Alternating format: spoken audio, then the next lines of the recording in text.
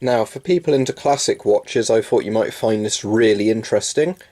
I've only included this in other videos before, but it's probably quite a valuable watch in my collection. And this is a World War II German Infantry watch, which still works, despite never being serviced in years. As you can see, the second hand is ticking away there. And it tells the time perfectly if you wind it. Now you have to wind it quite frequently, because it's not been serviced in so long, most of the insides are probably all worn out.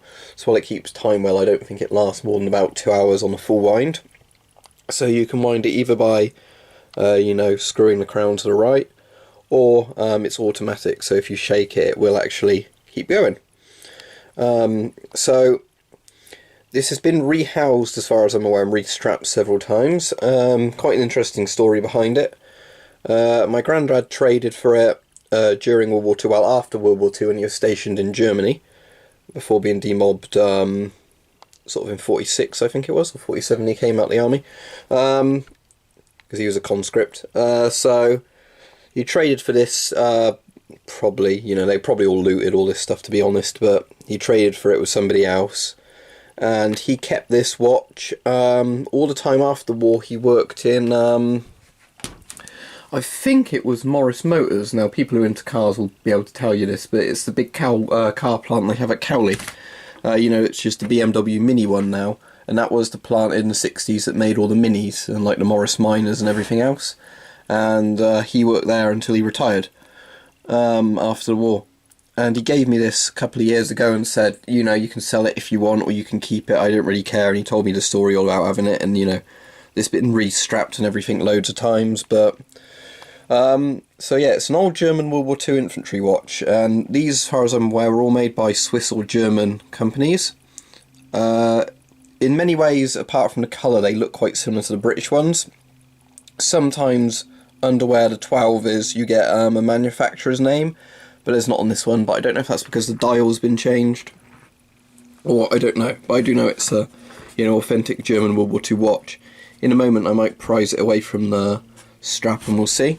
I mean, obviously, I wouldn't wear this for whatever reason. I think they're cool-looking watches, but you could buy a reproduction one of these. I don't imagine it would cost very much, and they'd be far more mechanically accurate because they're newer. But some of these might be worth quite a fair bit depending on which company made them. I think when I've looked on eBay, these are normally £100+ depending on the condition. And obviously if they were made by quite a famous Swiss manufacturer, I imagine they'd go for, maybe over 1,000, but I don't really intend on selling it because it's kind of like a family heirloom type thing. But it's got a radium dial, which I'll show you of the UV light, so obviously they're not the safest things either.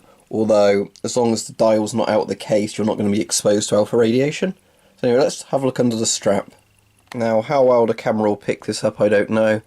But you can tell it's a new back because it's in English and it looks a bit different than the rest of the watch. Because I know he did say he had it rehoused. But it says, stainless steel back, water, dust and shock resistant. See if I can just turn that around and see what that says on that side. Actually quite hard to read. Anti-magnetic, that's quite cool. So it means it should resist magnetic shocks quite well. So it's a good case it's been put back into, saying this is an original German World War II watch, despite the modifications that have been done to it. So you can see there that the numbers are pale white. Now this is originally bright white radium paint, and I'll shine it under a UV light in the dark so you can see how eerily sort of beautiful radium glows. Although the glow will fade really quickly because of how old it is, but the radioactivity will still be there for hundreds of years. So, like I said, I'll get the radium, the UV light out, and I'll show you the radium paint on it. And here we have a radium, a UV light shining on the radium, and you can see how brilliantly green that radium glows. But very quickly after removing the light, you'll see the glow just fades because of how old the radium paint is. If my Geiger counter picked up alpha radiation, this would be making it tick like crazy. It only does beta and gamma, so I can't show you that, but that radium glow is really, really pretty. You mean Mary Curie died from pretty much watching radium glow on her desk, so there's that. But yeah, radium is really, a pretty radioactive substance. Obviously we use far safer glow-in-the-dark materials on watch dials today, but yeah, that's old radium paint.